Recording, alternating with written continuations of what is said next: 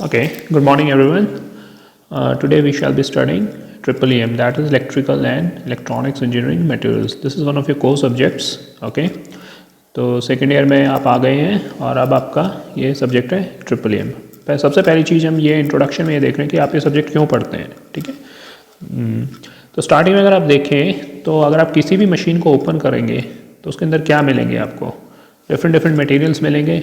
Materials मतलब धातु लगी होंगी, वो किस टाइप से होंगी। I am talking about electrical machines, कोई भी इलेक्ट्रिकल मशीन, मोटर, कोई भी आप इवन के बल्ब देख लीजिए, किसी भी चीज़ के अंदर आपको क्या मिले, मटेरियल्स मिलेंगी। वो मटेरियल्स आपकी किस टाइप की हो सकती है, या तो मटेरियल कंडक्टर होगी, ठीक है, या वो मटेरियल इंसुलेटर होगी, या फिर वही मटेरियल क्या हो सकती है आपकी सेमीकंडक्टर हो सकती है, जिसमें आईसी आपकी चिप्स लगी होती हैं, जो इलेक्ट्रॉनिक्स टाइप की चिप्स होती हैं आपकी। तो जब तक आपको उन मटेरियल्स के बारे में नहीं पता होगा, उनकी प्रॉपर्टीज़ के बारे में नहीं पता होगा, वो कैसे काम करती हैं, किस सिचुएशन में कैसे बिहेव करती हैं, तब तक आप क्या करोगे, वो आप यूज़ ही नहीं कर सकते। ठीक है, तो ये सब्जेक्ट आपको उसी के बारे में बताने के लिए है। ठीक है, my self Rahul Nehra and I shall be teaching you this subject. Okay, let's start. Raise it, everything right।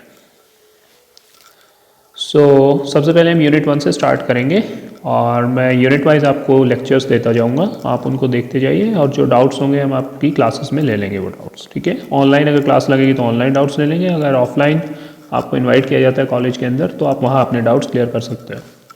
Okay, so let's start.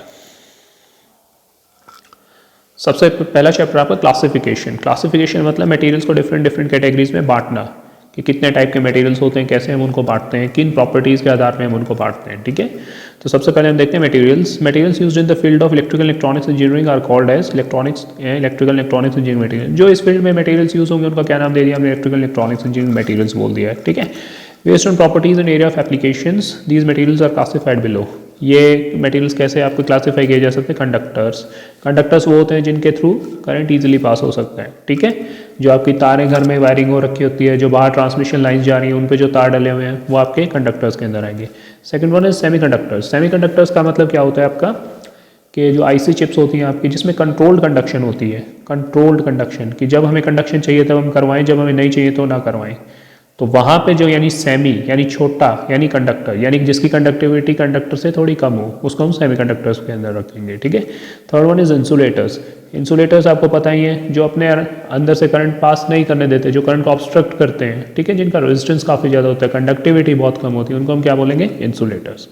Fourth one is magnetic materials आपको पता ही होगा, जैसे आयरन है, आयरन को क्या करोगे, अगर आप चुंबक के पास लेके जाओगे तो आयरन उससे क्या करेगा, चिपकेगा, तो उसके अंदर क्या आ गया, एक मैग्नेटिज्म इंड्यूस हो गया, तो क्या हो गया, एक मैग्नेटिक मटेरियल हो गया। उसी तरह एक दूसरा मैग्नेटिक कोई और दूसरा पीस लेके जाओ, आप वुड को लेके जाओ आयरन के पास, वो मैग्नेट के पास, तो वुड क्या करेगी, कोई रिएक्शन नहीं होगा वुड पे। तो वुड क्या है, वुड का मैग्नेटिज्म क्या है, वुड में काफ़ी कम है, यानी ऑलमोस्ट नेग्लिजिबल है, तो ये हमारा मैग्नेटिक मटेरियल नहीं है। ठीक है, तो इस टाइप से हमारे 4 डिफरेंट क्लासिफिकेशंस होगी मटेरियल्स की, conductors, semiconductors, insulators and magnetic material. ठीक है, तो ये हमने चार्ट बना के इसमें हमने एग्जांपल्स के साथ इसको डाला हुआ है। ये इंजीनियरिंग मटेरियल्स हो गए। सबसे पहले किसमें, कंडक्टिंग मटेरियल्स में गए। कंडक्टिंग मटेरियल्स कौन, example gold, silver, copper, aluminium. इन सारे मटेरियल्स की क्या होती है, इन सारे कंडक्टर्स की बहुत हाई कंडक्टिविटी होती है। उसके बाद semi conducting material, generally silicon और जर्मेनियम यूज होता है, जो आपकी चिप्स बनती हैं उनके अंदर, आईसी चिप्स के अंदर। थर्ड वन इज और इंसुलेटिंग मटेरियल्स, इसमें रबर, वुड, ग्लास, माइका। ठीक है, इस टाइप के 3-4 मटेरियल्स यूज होते हैं। काफ़ी टाइप के मटेरियल्स होते हैं, जनरली ये आपके इंसुलेटर्स के अंदर यूज होते हैं। And fourth one is magnetic materials. Magnetic में आपने क्या, आयरन देख लिया, निकल और स्टील। ओके, अब हम चलते हैं कंडक्टिंग मटेरियल्स के ऊपर। अब इन सब की डेफिनेशंस। कंडक्टिंग मटेरियल्स कौन से हैं, those materials in which electric current can easily flow, जिनके अंदर से इलेक्ट्रिक करंट इजीली पास कर सकता हो, वो कंडक्टिंग मटेरियल्स हो गए। एग्जांपल क्या हो गया, कॉपर, एल्यूमिनियम, सिल्वर, गोल्ड, जो ऊपर लिखे हुए मैंने वही सेम। ये जस्ट डेफिनेशंस हैं। अब वो एग्जाम में आपसे पूछता है कि classify different types of electrical electronics engineering materials and give some examples, तो उसके अंदर आप ये चीज लिखेंगे। ठीक है, second is insulating materials, those materials which do not allow, जो पास नहीं करने देते अपने अंदर से electric current, those are called as insulating materials. तो इनकी रेजिस्टिविटी क्या होगी, काफ़ी ज़्यादा होगी, क्योंकि क्या प्रतिरोधक क्षमता, रेजिस्टिविटी यानी प्रतिरोधक क्षमता करंट के खिलाफ काफ़ी ज़्यादा होगी, इनकी इज़ वेरी हाई, बहुत ज़्यादा है। Example rubber, would, glass, ceramic, mica. आप घर के अंदर क्या बोलते हैं जब किसी भी इलेक्ट्रिकल आइटम पे काम करते हो तो क्या बोला जाता है आपको कि चप्पल डाल लो रबर की, या कोई भी ट्रांसमिशन लाइन पे वर्कर्स जाते हैं तो वो क्या हाथ के अंदर रबर के ग्लव्स डालते हैं वो लोग काम करने से पहले, because rubber is a good insulator. उसी तरह वुड, लकड़ी को भी आप इंसुलेटर में ही मानते हो, ठीक है। ग्लास के आपके वो होते हैं, आपके ग्लास के आपने देखे होंगे इंसुलेटर्स बनते हैं बड़े बड़े। जनरली माइका भी होता है मतलब, लेकिन ग्लास भी काफ़ी यूज़ होता है आपका। अगर आपने यहाँ हमारे इंडिया में कम यूज़ होते हैं ग्लास के इंसुलेटर्स, लेकिन फॉरेन कंट्रीज में काफ़ी ज़्यादा प्रोमिनेंट है इनका यूज़। सिरेमिक एंड माइका, ठीक है। थर्ड है semiconducting materials, those materials whose resistivity is less than insulators but more than conductors. जिनकी रेजिस्टिविटी क्या होगी,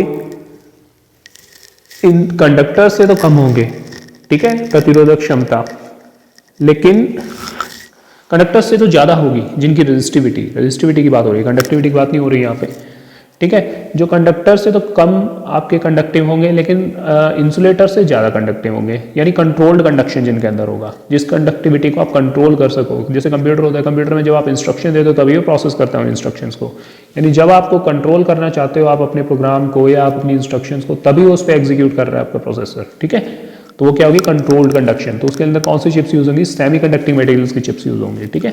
the conductivity of these materials is less then conductors, but वही बात है, रेजिस्टिविटी की बात अपोजिट बोली हुई कंडक्टिविटी की टर्म्स में। These materials are used in manufacturing of semi conductor devices. Example किसके, डायोड, ट्रांजिस्टर एक्सेट्रा। जो आपके आईसी चिप्स लगे होते हैं उन पर भी क्या लगे होते हैं, ट्रांजिस्टर्स ही लगे होते हैं, जिससे आपके प्रोसेसर बनते हैं, हार्ड डिस्क बनती है, पूरा कंप्यूटर सेट बनता है, मदरबोर्ड बनता है जिनसे, ठीक है। The most well known use semi conducting materials are silicon, germanium etcetera, silicon और germanium. Okay, last one is magnetic materials, those materials which can be magnetized and which are attracted towards the magnet. Obviously जो magnet की तरफ attract होंगे, magnet की तरफ चिपकेंगे, ठीक है, वो क्या हो जाएंगे, आपके मैग्नेटिक मटेरियल्स हो जाएंगे। Such materials create a magnetic field on the surrounding space. क्यों वो चिपकते हैं, क्योंकि वो खुद भी एक मैग्नेटिक फील्ड बनाते हैं, तभी वो मैग्नेटिक फील्ड उस दूसरे फील्ड के साथ अलाइन होता है, ठीक है। एग्जाम्पल इज आयरन, निकल एंड कोबाल्ट, ओके, ठीक है। अब हम ये जो मटेरियल्स हमने लिए हैं, अब जो इनको क्लासिफिकेशन हमने की है, ये किस आधार पे की है, कौन सी थ्योरीज है कि जिससे हम ये बांट रहे हैं कि ये कंडक्टर है, ये इंसुलेटर है और ये सेमी कंडक्टर है, ठीक है। तो उसके लिए दो थ्योरीज आपकी जनरली यूज होती है, एक मॉडर्न एटॉमिक थ्योरी, एक एनर्जी बैंड थ्योरी, ठीक है। तो पहले हम पढ़ेंगे मॉडर्न एटॉमिक थ्योरी, उसके बाद energy band theory, visual study, okay.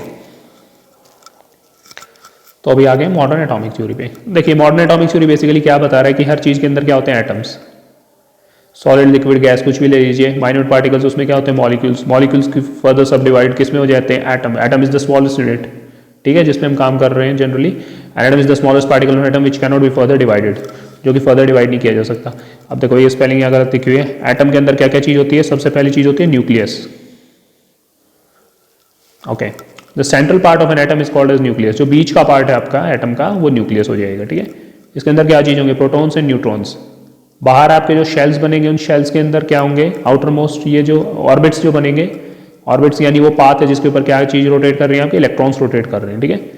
The protons are positively charge, ये बात आपको पता ही है, प्रोटॉन्स पॉजिटिवली चार्ज होते हैं, न्यूट्रॉन्स क्या होते हैं, न्यूट्रल, ठीक है। Therefore the net charge on nucleus remains positive. तो पॉजिटिव अगर 10 प्रोटॉन होंगे और 10 न्यूट्रॉन होंगे तो प्लस 10 चार्ज हो जाएगा इसके अंदर, ठीक है। 10 ई यूनिट होती है चार्ज की, इसके अंदर जितना चार्ज इलेक्ट्रॉन पे उतना ही प्रोटॉन पे होता है। 1.6 into 10⁻⁻19 coulomb, I think all of you know this, ठीक है। Net charge on nucleus remain positive. अब हम आते हैं एक्स्ट्रा न्यूक्लियस। एक्स्ट्रा न्यूक्लियस जो पोर्शन न्यूक्लियस से बाहर है, जो न्यूक्लियस से बाहर लाई कर रहा है, जो न्यूक्लियस के अंदर नहीं है, ठीक है।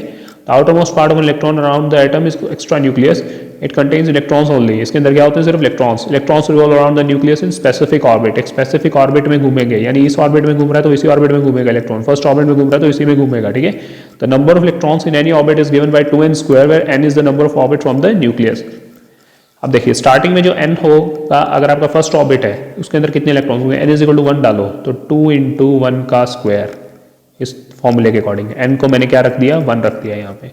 तो 2 इंटू 1 का स्क्वायर कितना 1, 2 इंटू 1 कितना 2, तो यानी फर्स्ट ऑर्बिट में कितने इलेक्ट्रॉन्स होंगे मेरे पास 2। ये बात ठीक है, क्लियर है। ओ जस्ट अ मिनट,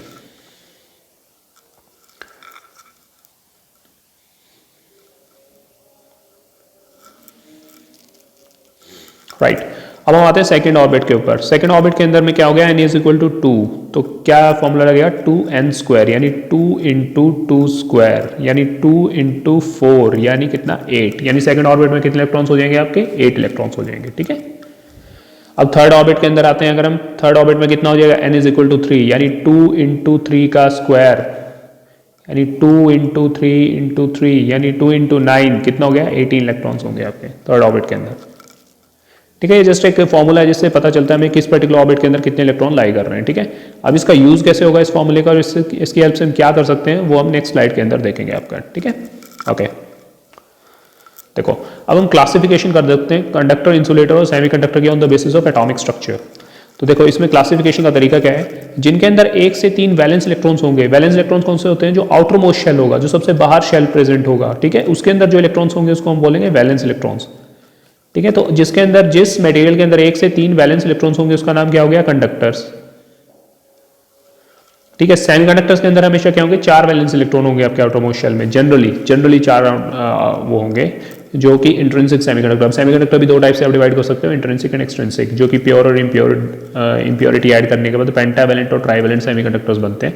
वो हम आगे देखेंगे चैप्टर 3 के अंदर, आपका पूरा इसी पोर्शन को डिवोटेड है आपका चैप्टर 3, ठीक है। whereas insulators contain more than 4 electrons. Insulators के अंदर क्या होंगे, जनरली 7 से 8 इलेक्ट्रॉन्स होंगे आउटर मोस्ट शेल के अंदर, ठीक है। अब देखते हैं हम इसका एग्जांपल देखते हैं, जैसे सोडियम की एटॉमिक नंबर कितना 11, ठीक है। तो फर्स्ट ऑर्बिट के अंदर कितने इलेक्ट्रॉन्स होंगे, 2 इंटू 1 स्क्वायर, अभी हमने देखा था 2। सेकेंड ऑर्बिट में कितने इलेक्ट्रॉन्स होंगे, 2 into 2 square, that is equal to 8। तो 2 जमा 8 कितने हो गए, 10 इलेक्ट्रॉन हो गए। तो फाइनल कितना बचा, 11 एटॉमिक नंबर है, तो फाइनल ऑर्बिट में कितने इलेक्ट्रॉन बचे, 11 में से 10 गए, 10 तो 2 के अंदर आ गए, 1 इलेक्ट्रॉन। तो थर्ड ऑर्बिट के अंदर सोडियम के अंदर कितने इलेक्ट्रॉन बचेंगे, सिर्फ 1 इलेक्ट्रॉन, ठीक है। देखो इसको ड्रॉ भी कर देते हैं। अब ड्रॉ कैसे करोगे इसको, ये फर्स्ट ऑर्बिट हो गया, ये न्यूक्लियस हो गया। फर्स्ट ऑर्बिट में कितने, 2 इलेक्ट्रॉन। सेकेंड ऑर्बिट में आपके कितने हो गए,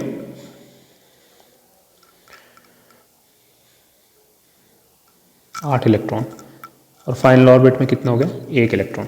तो 1 इलेक्ट्रॉन जब इसके आउटर मोस्ट ऑर्बिट में पड़ा है, तो जनरली हमें पता है कि मतलब हर शेल क्या करता है, स्टेबल होने की कोशिश करता है। तो ये 1 इलेक्ट्रॉन क्या करेगा, सोडियम लूज करेगा, ठीक है। जैसे ही इलेक्ट्रॉन लूज करेगा तो इलेक्ट्रॉन कहाँ जाएगा, आपका फ्लो करना स्टार्ट कर जाएगा, फ्री हो जाएगा, यानी न्यूक्लियस के इन्फ्लुएंस से दूर चला जाएगा। अब न्यूक्लियस इसको अट्रैक्ट नहीं कर रहा। अगर न्यूक्लियस अट्रैक्ट नहीं कर रहा है इस इलेक्ट्रॉन को, तो इलेक्ट्रॉन फ्री हो गया। अगर फ्री हो गया तो इसको ऊपर थोड़ा सा भी अगर पोटेंशियल अप्लाई होगा, थोड़ी सी भी फोर्स अगर अप्लाई होगी, तो इलेक्ट्रॉन कैसे बिहेव करेगा आपका, बताओ कैसे बिहेव करेगा, खुद सोचो। तो क्या होगा, थोड़ी सी भी फोर्स लगेगी तो इलेक्ट्रॉन क्या करेगा आपका, एकदम मूव करना स्टार्ट कर देगा, ऐसे ऐसे, थोड़ी सी भी पोटेंशियल लगेगा तो इलेक्ट्रॉन पॉजिटिव से इस तरफ इलेक्ट्रॉन भागा जाएगा, यानी पॉजिटिव प्लेट की तरफ आएगा, तो करंट का फ्लो आपका इस तरफ हो जाएगा। या देखिए 1 मिनट, कंफ्यूजन हो रही है थोड़ी, इसको मैं क्लियर करता हूँ। देखो ये होती है अपने पास बैटरी के 2 टर्मिनल्स होते हैं, एक पॉजिटिव टर्मिनल, एक नेगेटिव टर्मिनल। तो पॉजिटिव टर्मिनल हमें जो इलेक्ट्रॉन्स होते हैं वो हमेशा किसकी तरफ एक्साइट होते हैं, पॉजिटिव टर्मिनल की तरफ भागते हैं, ठीक है। तो ये धक्का मारता है बेसिकली इलेक्ट्रॉन्स को, लेकिन इलेक्ट्रॉन्स अगर इस तरफ आ रहे हैं तो करंट आपका किस तरफ जाएगा, इस तरफ, ठीक है। तो यानी इलेक्ट्रॉन्स आपके भागे होंगे पॉजिटिव। अब इलेक्ट्रॉन फ्री हो चुका है, यहाँ से छूट चुका है इलेक्ट्रॉन, तो फ्री होकर कहाँ भागा, पॉजिटिव टर्मिनल की तरफ। तो जैसे ही वो भागेगा तो इजीली क्या हो जाएगा, इलेक्ट्रॉन्स का फ्लो हो रहा है उस पर्टिकुलर मटेरियल के अंदर। अगर उसी तार की जगह जो कंडक्टर मैंने लगा रखा है जिसके अंदर 1 वैलेंस इलेक्ट्रॉन फ्री था, उसकी जगह मैं इंसुलेटर लगा देता, तो क्या होता है, उसके पास फ्री इलेक्ट्रॉन ही नहीं है, तो वो इजीली क्या करेंगे, वो पॉजिटिव टर्मिनल की तरफ नहीं भागेगी, तो इंसुलेटर क्या करेगा, इजीली करंट को कंडक्ट नहीं करेगा, ठीक है। यही डिफरेंस होता है। अगर मैं कॉपर की तार लगा देता हूं तो बहुत इजीली करंट फ्लो कर जाएगा, उसकी जगह अगर मैं क्या माइका या किसी और इंसुलेटर की तार लगाता हूं, रबर की तार लगाता हूं, तो वो क्या करेगा, फ्री इलेक्ट्रॉन्स नहीं है, फ्री इलेक्ट्रॉन्स नहीं, तो मैं बेशक बैटरी लगाऊं या कुछ भी लगाऊं, करंट बहुत कम फ्लो करेगा सिस्टम के अंदर, ठीक है। तो ये हो गया हमारा फर्स्ट केस। अब हम चलते हैं सेकेंड केस पे, ओके। और silicon and germanium. Silicon and germanium का क्या होता है, सिलिकॉन का इसके अंदर होते हैं 4 valence electrons outer most shell के अंदर आपके, ठीक है। ये थर्ड चैप्टर के अंदर आपको मैं बेसिकली डिटेल्स में बता पाऊंगा सिलिकॉन एंड जर्मेनियम, जिसमें हम इसको पूरा इसके एटॉमिक नंबर को करके कैलकुलेट, उसके बाद इसकी उसके साथ पढ़ेंगे। 14 होता है इसका atomic number, as far as I remember 14 है या फिर 6 है, आई डोंट रिमेंबर एग्जैक्टली, वो हम आपको चैप्टर 3 में बताएंगे, ठीक है। और जनरली अभी आप ये याद रख लो कि कंडक्टर के अंदर 1 से 3 वैलेंस इलेक्ट्रॉन होते हैं, इंसुलेटर सेमीकंडक्टर के अंदर 4 वैलेंस इलेक्ट्रॉन होते हैं और इंसुलेटर के अंदर 7 से 8 इलेक्ट्रॉन्स होते हैं, ठीक है। इनकी जो बाकी की डिटेल्स होंगी वो मैं आपको बाद में बताऊंगा। चैप्टर्स जो आगे होंगे, ये तो स्टार्टिंग के अंदर हम जस्ट क्लासिफिकेशन कर रहे हैं, ठीक है।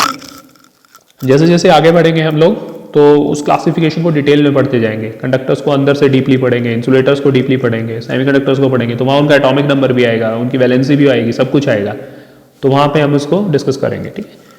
हम चलते हैं एनर्जी बैंड थ्योरी के ऊपर। ये फर्स्ट थ्योरी थी हमारी, क्या थी, एटॉमिक थ्योरी, कि एटम के लेवल पे जाके हम ये देखेंगे कितने इलेक्ट्रॉन किस चीज़ के अंदर लाई कर रहे हैं और उसके बेसिस पे क्लासीफाई करें कंडक्टर्स, इंसुलेटर्स और सेमीकंडक्टर्स में। अब हम चल रहे हैं किस चीज़ पे, एनर्जी बैंड थ्योरी, ठीक है। अब ये थ्योरी क्या बोलती है, इससे हम कैसे क्लासीफाई कर सकते हैं मटेरियल्स को, कंडक्टर, इंसुलेटर और सेमीकंडक्टर में। देखिए, in a single isolated atom the electrons in each orbit have definite energy associated with it, but in case of solids all atoms are close to each other. देखिए, single अगर isolated atom पड़ा है तो इसके अंदर क्या है, ये प्रोटॉन न्यूट्रॉन पड़े न्यूक्लियस में, इसके चारों तरफ बेचारे अपने इलेक्ट्रॉन्स घूम रहे हैं कंसिस्टेंटली, वो उनको कोई फर्क ही नहीं पड़ता आसपास कोई भी है या नहीं है, ठीक है। लेकिन सॉलिड्स के अंदर क्या होता है, एटम्स जो होते हैं बड़े पास पास होते हैं, सॉलिड्स के अंदर क्लोजली मतलब पैक्ड होता है, डेंस होता है ना एटम आपका सॉलिड मटेरियल। गैसेस में क्या होता है, मॉलिक्यूल्स दूर दूर होते हैं, एटम्स दूर दूर होते हैं, ठीक है। तो जब पास पास है सॉलिड्स के अंदर तो क्या होगा, ये एक और एटम पड़ा है, एक और एटम पड़ा है, तो इसके अंदर भी इलेक्ट्रॉन्स है, आउटर मोस्ट ऑर्बिट में इसके भी इलेक्ट्रॉन्स हैं, तो सारे ऑर्बिट क्या है, इस पर्टिकुलर इलेक्ट्रॉन को ना सिर्फ इसका न्यूक्लियस खींच रहा है बल्कि इनके न्यूक्लियस भी खींच रहे हैं, ठीक है, समझ रहे हो, इनके न्यूक्लियस का भी इफेक्ट पड़ रहा है इस पर्टिकुलर इलेक्ट्रॉन के ऊपर, क्योंकि ये भी तो पॉजिटिवली चार्ज है, ये भी तो पॉजिटिव चार्ज, इसकी भी कुछ फोर्स ऑफ अट्रैक्शन होगी, यहाँ से भी फोर्स ऑफ अट्रैक्शन होगी, यहाँ से कुछ फोर्स ऑफ रिपल्शन होगी, तो कई फोर्सेज उस पर एक्ट कर रही हैं उस पर्टिकुलर इलेक्ट्रॉन पे जो कि आउटर मोस्ट शेल के अंदर घूम रहा है, ठीक है। तो when two single or isolated atoms are bring close to each other, then the outermost orbit electrons of two atoms interact or shared with each other. The electrons in the outermost orbit of one atom experience an attractive force from the nearest or neighboring nucleus. यही जो वही बात है जो मैंने बताई है, ठीक है, आप इसको पढ़ोगे डिटेल में। Due to this, the energy of the electrons will not be in the same level.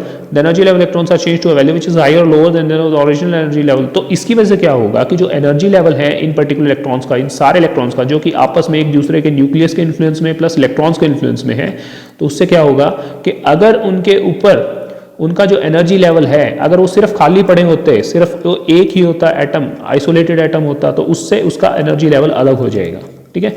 वो एनर्जी लेवल नहीं होगा, उसका कुछ और ही एनर्जी लेवल होगा, ठीक है, उसका कुछ और ही एनर्जी लेवल होगा, क्योंकि उसके ऊपर कई फोर्सेज लग रही हैं, और जब फोर्सेज लगती हैं तो वो क्या करती है, एनर्जी को बढ़ाने या घटाने का काम करती है। तो एवरेज तौर पे उन एटम्स का जो एनर्जी लेवल होगा वो डिफरेंट होगा, जो कि अगर वो आइसोलेटेड पड़े होते, अकेले पड़े होते तो, ठीक है। तो उससे आपकी एनर्जी बैंड थ्योरी किस में आई, इफेक्ट पे आई थी, उस चीज से एनर्जी बैंड थ्योरी को मतलब स्टार्टिंग में ली थी आपकी, जो पैदा हुई थी आपकी एनर्जी बैंड थ्योरी, ये जो कॉन्सेप्ट, ये थ्योरी जो दी गई थी, ठीक है। The electrons in the same orbit exhibit different energy levels, the grouping of the different energy levels is called as energy band. तो जो इनकी ग्रुपिंग कर रखी है इन एनर्जी लेवल्स की, जो इलेक्ट्रॉन्स की है, जो पर्टिकुलर एनर्जी लेवल के अंदर लाई कर रहे हैं, उसको हम बोलते हैं एनर्जी बैंड, ठीक है। How the energy levels of inner orbit electrons are not much affected by the presence of neighbouring atoms. जो अंदर जो ऑर्बिट्स हैं, अंदर जो इलेक्ट्रॉन्स घूम रहे हैं, उनके ऊपर कोई खास इफेक्ट नहीं पड़ेगा, क्योंकि वो तो क्या है, उसके भी अंदर ही है, उसके भी अंदर ही है। देखिए, ये जो इलेक्ट्रॉन है इसके ऊपर कोई खास इफेक्ट नहीं पड़ेगा, जो आउटर मोस्ट में घूम रहे हैं वहां पे आपका इफेक्ट पड़ रहा है सारा का सारा सराउंडिंग एटम्स की वजह से, ठीक है। क्योंकि ये इलेक्ट्रॉन इसके पास में, ये तो वैसे ही दूर दूर है काफी, ठीक है। ऊपर आपके ये आउटर मोस्ट पे वैसे ही ऑर्बिट्स आ गए, ऑर्बिट्स के अंदर वैसे ही इलेक्ट्रॉन्स घूम रहे हैं, तो इनका इफेक्ट तो वैसे ही आपका क्या हो गया, कम हो गया। जो अंदर जो इलेक्ट्रॉन्स हैं तो उनके ऊपर ज्यादा इफेक्ट नहीं पड़ता, तो आउटर मोस्ट पे आपका ज्यादा इफेक्ट पड़ता है, ठीक है। तो वहां से आपकी एनर्जी बैंड थ्योरी एग्जिस्टेंस में आई थी इस कॉन्सेप्ट से। अब ये एनर्जी बैंड थ्योरी बोलती क्या है, अब हम वो देखते हैं, ठीक है। Let's see, right, okay, important energy bands in solids, right. There are a number of energy bands in solids, but 3 of them are very important. These 3 energy bands are important to understand the behavior of solids. These energy bands are valence band, conduction band और forbidden band और forbidden gap, ठीक है।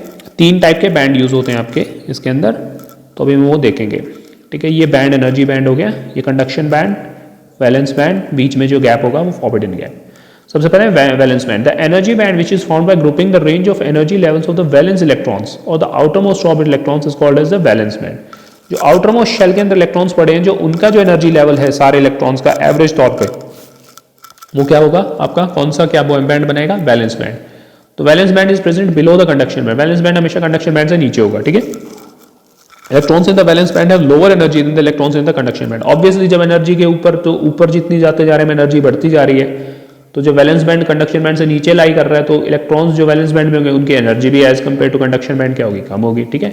Electrons present in the valence band are loosely bound to the nucleus of atom, outer most orbit के अंदर है तो काफी दूर है न्यूक्लियस से, तो क्या होगा, लूजली बाउंडेड है, यानी उन पे न्यूक्लियस का ज्यादा इफेक्ट नहीं पड़ रहा, ठीक है। ये हो गया वैलेंस बैंड। अब हम आते हैं कंडक्शन बैंड की तरफ। The energy band which is formed by grouping the range of energy levels of the free electron, जैसे इलेक्ट्रॉन वैलेंस बैंड से फ्री होगा कहाँ भागेगा, कंडक्शन बैंड में, तो जो उनका एनर्जी लेवल होगा फ्री इलेक्ट्रॉन्स का जो कि एग्जिस्ट कर रहे हैं एक सर्टेन एनर्जी लेवल पे, उसका नाम हमने दे दिया कंडक्शन बैंड, ठीक है। Generally the conduction band is empty but when external energy is applied the electrons in the valence band jumps to the conduction band. Generally क्या होता है, कंडक्शन बैंड खाली पड़ा होता है, उसके अंदर इलेक्ट्रॉन्स नहीं होते, लेकिन जैसे ही आप एनर्जी अप्लाई करोगे, पोटेंशियल अप्लाई करोगे, टेम्परेचर बढ़ाओगे, तो इलेक्ट्रॉन्स क्या होगा आपका, वैलेंस बैंड से कहाँ भागेंगे, कंडक्शन बैंड के अंदर, ठीक है। Electrons in the conduction band है हायर एनर्जी, ऑब्वियसली जब ऊपर है तो हायर ही एनर्जी होगी कंडक्शन बैंड के अंदर जो इलेक्ट्रॉन्स है। Conduction band electrons are not bound to the nucleus of atom, ये जो कंडक्शन बैंड है वो फ्री हो चुके हैं, वो वैलेंस बैंड से छूट चुके हैं, तो अब उसके ऊपर न्यूक्लियस का इफेक्ट नहीं रहा, ठीक है। तो जैसे ही आप उसमें पोटेंशियल अप्लाई करोगे या कुछ करोगे तो वो एकदम कंडक्ट करना स्टार्ट कर देंगे, तभी तो वो जब कंडक्ट करना स्टार्ट करते हैं तभी तो उनका नाम क्या दे रखा है हमने, conduction band, because they are not bounded to nucleus in any way, ठीक है। Valence band electrons are loosely bounded to nucleus, ठीक है। So this is the difference between valence band and conduction band.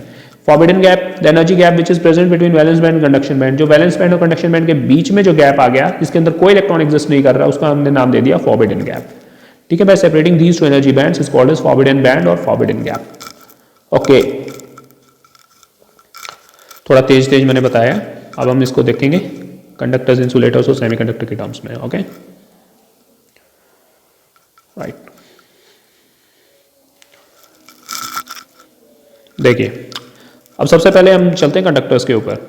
In conductors conduction band overlaps with the valence band, यह conduction band जो है और जो valence band आपका ये overlap करके, देखो ये दोनों बैंड क्या हो गए, ओवरलैप करके एक दूसरे के साथ टच करके एक दूसरे के अंदर आ गए, ठीक है।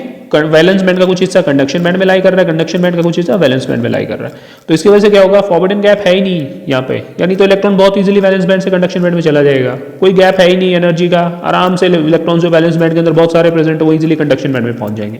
तो जब इजीली पहुंच जाएंगे तो वो बहुत क्या होगा, और कंडक्शन बैंड में पहुंचने के बाद इलेक्ट्रॉन क्या हो जाते हैं, कंडक्ट करना स्टार्ट कर देते हैं, तो इजीली आपके इलेक्ट्रॉन्स कंडक्ट करना स्टार्ट कर देंगे। तो एनर्जी हमने यहाँ दिखा दी, ये कंडक्शन बैंड दिखा दिया, वैलेंस बैंड दिखा दिया, ठीक है। In conductors conduction band is overlapped with the valence band, overlap यानी मिलता है। So large number of electrons can jump from valence band, तो बहुत सारे इलेक्ट्रॉन्स वैलेंस बैंड से कंडक्शन बैंड में इजीली जंप कर जाएंगे with the application of small potential difference, थोड़ा सा भी पोटेंशियल डिफरेंस मिल गया इनको, बैटरी मिल गया, थोड़ी सी भी टेम्परेचर बढ़ा दिया, कुछ भी एनर्जी मिल गई, तो इजीली वैलेंस बैंड से कंडक्शन बैंड में चले जाएंगे। तो energy band diagram is shown in the figure above, ये दिखा रखा है, ठीक है। अब हम आते हैं सेमीकंडक्टर्स के ऊपर। सेमीकंडक्टर्स के अंदर क्या होता है, in these materials valence band is full of electrons while conduction band is empty, conduction band तो खाली पड़ा है आपका, लेकिन वैलेंस बैंड में काफी इलेक्ट्रॉन्स पड़े हैं, ठीक है। मैंने बताया था ना वैलेंस बैंड के अंदर सिलिकॉन और जर्मेनियम यूज होते हैं इसमें जनरली, और उसके अंदर 4 वैलेंस इलेक्ट्रॉन होते हैं, तो यानी वैलेंस बैंड के अंदर तो बहुत सारे एटम्स हैं, तो उनके आउटर मोस्ट शेल में बहुत सारे इलेक्ट्रॉन्स घूम रहे होंगे, तो बहुत सारे इलेक्ट्रॉन्स वैलेंस बैंड के अंदर प्रेजेंट होंगे, हर एटम के अंदर 4 तो एटलीस्ट प्रेजेंट है ही है, तो पूरा अगर स्ट्रक्चर देखेंगे मटेरियल का तो कितने वैलेंस इलेक्ट्रॉन प्रेजेंट होंगे, तो लेकिन वो सारे कहाँ पे हैं, वैलेंस बैंड के अंदर लाई कर रही है, तो ये बहुत सारे इलेक्ट्रॉन्स आपने दिखा दिए वैलेंस बैंड के अंदर, ठीक है। लेकिन जो एनर्जी गैप है इनके बीच में फॉरबिडन गैप, वो क्या है, 1 इलेक्ट्रॉन वोल्ट है, वो कम है, काफी कम है। तो थोड़ा सा भी अगर आप टेम्परेचर इंक्रीज करोगे या किसी और टाइप से आप इसके अंदर इंप्योरिटी ऐड करोगे या कुछ भी करोगे, तो उससे क्या होगा, आपके इलेक्ट्रॉन फ्री होंगे, और फ्री होकर वो वैलेंस बैंड से कंडक्शन बैंड में भागेंगे। देखिए इसमें बहुत इजीली इलेक्ट्रॉन फ्लो कर रहे हैं क्योंकि ये तो ओवरलैप ही कर रहा है, लेकिन यहाँ हमको क्या करनी पड़ रही है, एनर्जी एक्सटर्नली सप्लाई करनी पड़ रही है काफी, एज कंपेयर टू दिस इससे ज्यादा एनर्जी सप्लाई कर रही है, तब हमारा इलेक्ट्रॉन कहाँ जा रहा है, वैलेंस बैंड से कंडक्शन बैंड के अंदर जा रहा है, और जैसे कंडक्शन बैंड में जाएगा तो हम क्या करेंगे, कंडक्ट करने लग जाएगा अपने इलेक्ट्रॉन।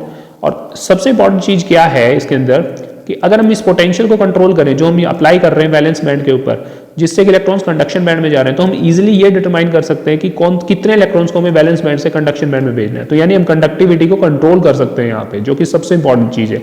इसीलिए आपका आईसी चिप्स के अंदर मैक्सिमम आपके सेमीकंडक्टर्स यूज हो रहे हैं, ठीक है, क्योंकि वहां पे आपकी कंडक्टिविटी कंट्रोल हो रही है। कंडक्टर्स के आपने जैसे पोटेंशियल लगाया वो तो कंडक्ट करेगा ही करेगा, ठीक है, जितना करंट आएगा मैक्सिमम वो करंट को अलाउ करेगा अपने अंदर से।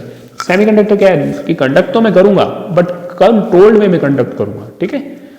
तो अगर हम उस पोटेंशियल को या उस एक्सटर्नल फोर्स को या एनर्जी को, या वाया डोपिंग बोलते हैं हम इसको, ये हम 3rd चैप्टर में देखेंगे टेक्निक्स को, अगर हम उसको कंट्रोल कर सकें साइकिल्स, मशीन साइकिल्स की हेल्प से या किसी और चीज़ इंस्ट्रक्शंस की हेल्प से, तो हम क्या कर रहे हैं, बेसिकली कंडक्टिविटी को कंट्रोल कर रहे हैं।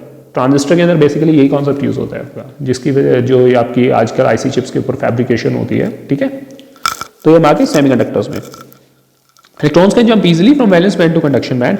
The semiconductor behaves as an insulator at room temperature or low temperature. As the temperature increase, जैसे ही टेम्परेचर इंक्रीज होगा, more electrons pass through valence band to conduction band. Energy बढ़ेगी तो क्या हो जाएगा, वैलेंस बैंड से कंडक्शन बैंड इलेक्ट्रॉन जाने start हो जाएंगे, उससे क्या जाएगी, कंडक्टिविटी इंक्रीज हो जाएगी। तो एनर्जी बैंड आपका बना रखा है यहाँ में, ठीक है। लास्ट हम आ गए इंसुलेटर्स पे। In insulators conduction band remain empty while valence band has many electrons. Valence band में तो इलेक्ट्रॉन पड़े ही होंगे, और मैंने आपको बताया ही था 7 और या 8 इलेक्ट्रॉन होते हैं बैलेंस बैंड के अंदर, ठीक है। बैलेंस तो कितने बैलेंस बैंड है, कितने एटम्स हैं, उनके कितने बैलेंस बैंड, तो बहुत सारे इलेक्ट्रॉन्स बैलेंस बैंड में पड़े हैं। लेकिन जो फॉरबिडन गैप है वो बहुत ज्यादा है, 15 इलेक्ट्रॉन वोल्ट है, तो नहीं काफी ज्यादा एनर्जी भी सप्लाई करोगे तो भी कंडक्शन बैंड में बहुत कम पहुंचेगी। तो तभी तो क्या होगा, आप कितना ही पोटेंशियल डिफरेंस लगा दो, रबर आपने या वुड आपने लगा रखी है, तो उसके इसमें क्या होगा, करंट आपको कम लगेगा, करंट नहीं लगेगा, करंट कम सप्लाई होगा, उसका रेजिस्टेंस ज्यादा हो जाएगा उस मटेरियल का। तो यही आपने दिखा रखा है। So it is not easy, 15 electron volt का वो है energy level, so it is not easy to conduct electric current through them, easily pass नहीं हो सकता। The electrons of the valence band required very high electric field, बहुत ज्यादा electric field लगाना पड़ेगा in order to cross it and move it in the conduction band. The electrons of the valence band do not have enough energy to cross and move towards conduction band. Therefore, the conductivity of the insulator is almost zero. ठीक है, इसीलिए इसकी conductivity almost zero होती है और resistivity काफी ज्यादा होती है, ठीक है। ओके, तो ये था आपका फर्स्ट चैप्टर, फर्स्ट यूनिट, जिसमें हमने क्लासिफिकेशन की, डिफरेंट टाइप ऑफ थ्योरीज की, ठीक है। एक लेक्चर लेके मैं आपको क्वेश्चंस भी कवर करवाऊंगा कि एग्जाम में आपके कैसे क्वेश्चंस आते हैं और कैसे पूछा जाता है आपसे, ठीक है। Right, thank you.